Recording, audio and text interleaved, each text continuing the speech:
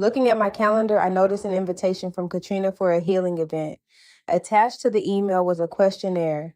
Right on the form, it said that my answers would remain confidential, so I didn't think twice about being honest. I answered the questions openly. I talked about my anxiety, some personal struggles, and a few things that I had been working through. I hit send, believing those words would stay between me and the organizers. The day of the event, I ended up running a little late. When I arrived, someone handed me another copy of the same questionnaire and asked me to fill it out again. I figured it was just part of checking in, so I completed it, turned it in, and quietly walked toward the conference room. As I stepped inside, Katrina was already speaking. At first, I was just trying to catch up on what I had missed. Then she said something that sounded familiar. I remember standing there thinking, wait a minute, that sounds exactly like something I wrote. The more she talked, the more I realized she wasn't giving a general example. She was talking about me. For a few seconds, I honestly couldn't put the pieces together. Then it hit me. The questionnaire attached to the email, the one that clearly said my answers were confidential. She was standing in front of a room full of women repeating things I had written on that card. The first thought that crossed my mind was, did she think I wasn't coming because I was late? Did she assume she could tell my story because I wouldn't be here to hear it? I just stood there at the back of the room, completely stunned. Then something else happened. She didn't just repeat what I wrote, she started adding her own dramatic version of my story. She talked about my anxiety as if my entire life was falling apart. She made it sound like I could barely function, like I was hanging on by a thread.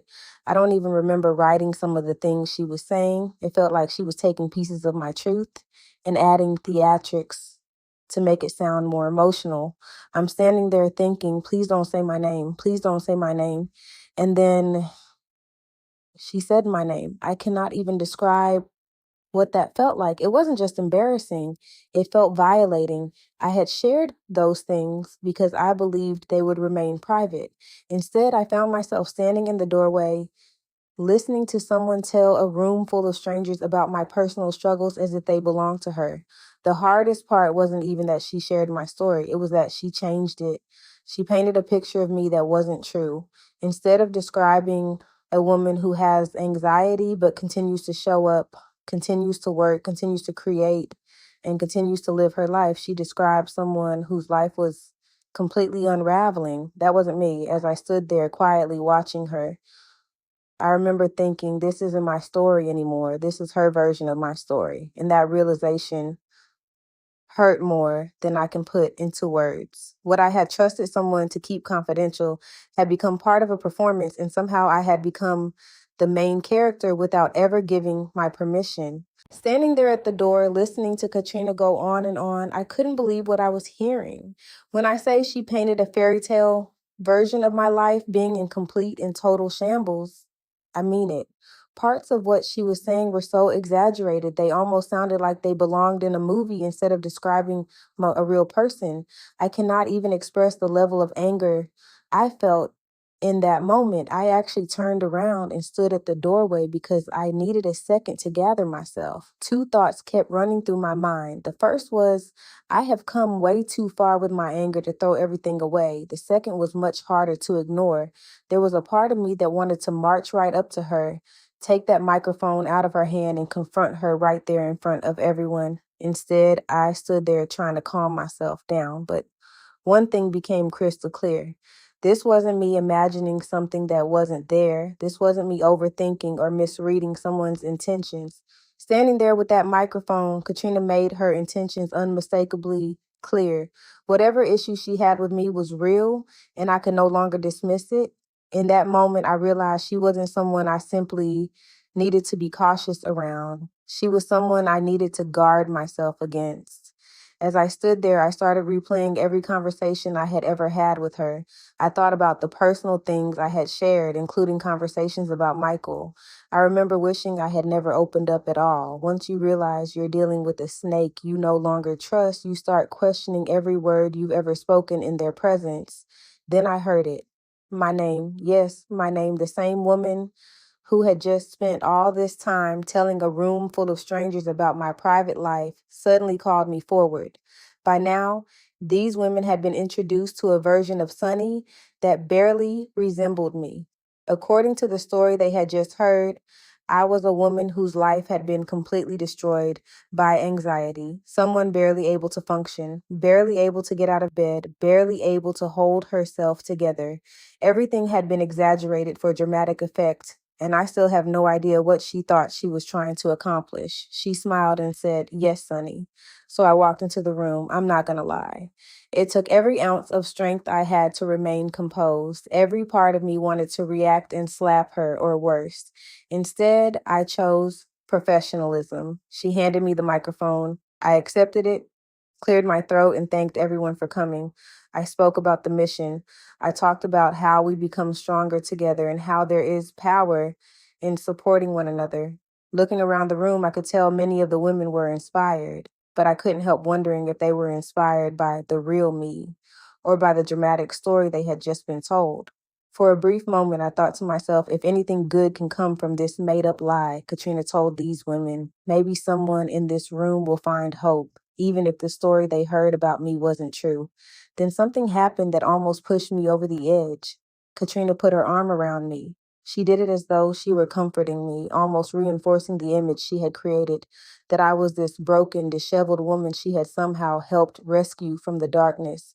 It was as though she wanted everyone in that room to believe she had played some heroic role in saving me. I cannot adequately describe how much self control that required.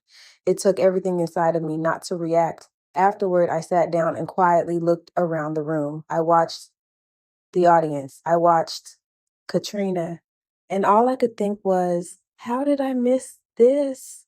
She was fake on another whole level. She was putting on a performance, a carefully crafted performance. The women in the audience seemed captivated by it, and I found myself wondering whether they truly believed what they were hearing or whether they simply wanted to believe it because it sounded inspiring. Eventually, I got up and stepped out of the room. I walked around the venue, taking in the setup, speaking casually with a few other Vibe employees. Later, several of us gathered around high tables with finger foods and drinks. I introduced myself to a few of the women, and I couldn't help but wonder what image of me they had already formed. Had they been expecting to meet a woman who had barely survived life? Had they expected someone completely broken? I remember thinking to myself with a touch of sarcasm, I'd actually like to know the answer myself. According to Katrina, how exactly did my life go from being a complete disaster to standing here today? Did she rescue me? Did she find me lying on the curb somewhere and lift me into the light?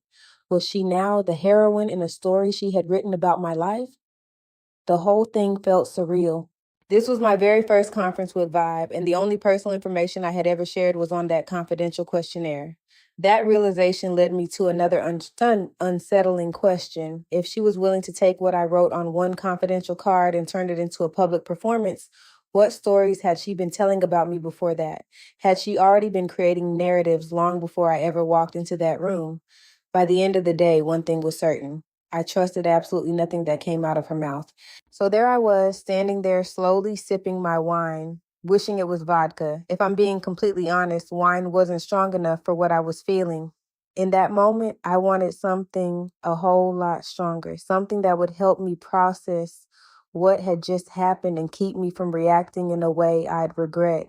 My mind was racing. I could literally picture myself marching over there and confronting Katrina. Those thoughts flashed through my head, but they stayed exactly where they belonged, in my head. I've worked far too hard on myself to let one person pull me back into someone I'm no longer trying to be. Then, almost as if she floated across the room on a cloud of fake positivity, here she came. With the biggest smile on her face, she walked over and said, "Sonny, I'm so glad you made it. Our voices really matter here at Vibe. As collaborators, people come to hear what we have to say, how we can serve the community, and how we can help others." I just stood there looking at her thinking, do you actually believe what you're saying? For a moment, I honestly questioned whether I was having a real conversation or an actress performing a scene.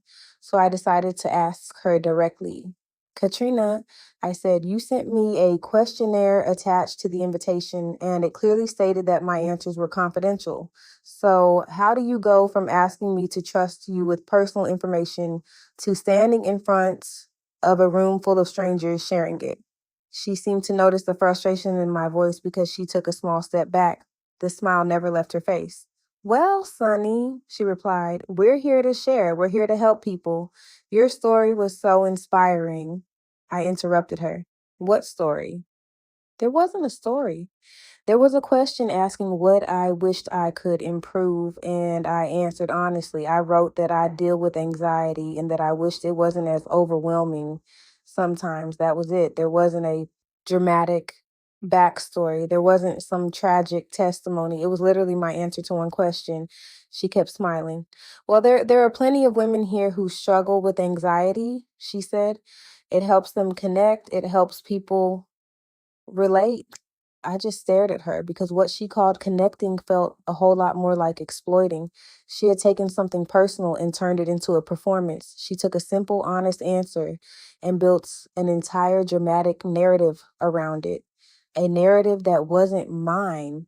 In that moment, I realized something. The anger I was feeling wasn't really about the questionnaire anymore. It was about trust. It was about realizing that I was standing in front of someone I could no longer trust with my words. And that realization hurt more than anything. I also realized something else. My professionalism in that moment wasn't for Katrina, it was for a Vibe. She had already painted this exaggerated picture of me, a woman who was emotionally unstable and barely holding herself together. The last thing I was going to do was react in a way that allowed people to say, see, Katrina was right. No, she wasn't getting that satisfaction. So I kept sipping my wine. I stayed calm. I stayed composed. I kept it classy, even though every emotion inside me was telling me something different. Finally, before the conversation went any further, I politely interrupted her. Bye, Katrina. She stopped talking. I looked at her and realized there was nothing left for us to discuss. At that point, I could see straight through the performance, the smiles, the carefully chosen words, the polished image. Whatever trust had existed between us had disappeared. Anything she might have said after that was never going to change what I had already seen for myself. So I excused myself and walked away. Now, I love to tell you that I dramatically walked off without another thought. The truth is, that part only happened in my imagination. Because if I had stayed there much longer, I honestly don't know where all that anger would have gone. Walking away wasn't weakness, it was the strongest decision I made that entire day. No, I didn't actually throw a drink in her face, but the thought of it felt good.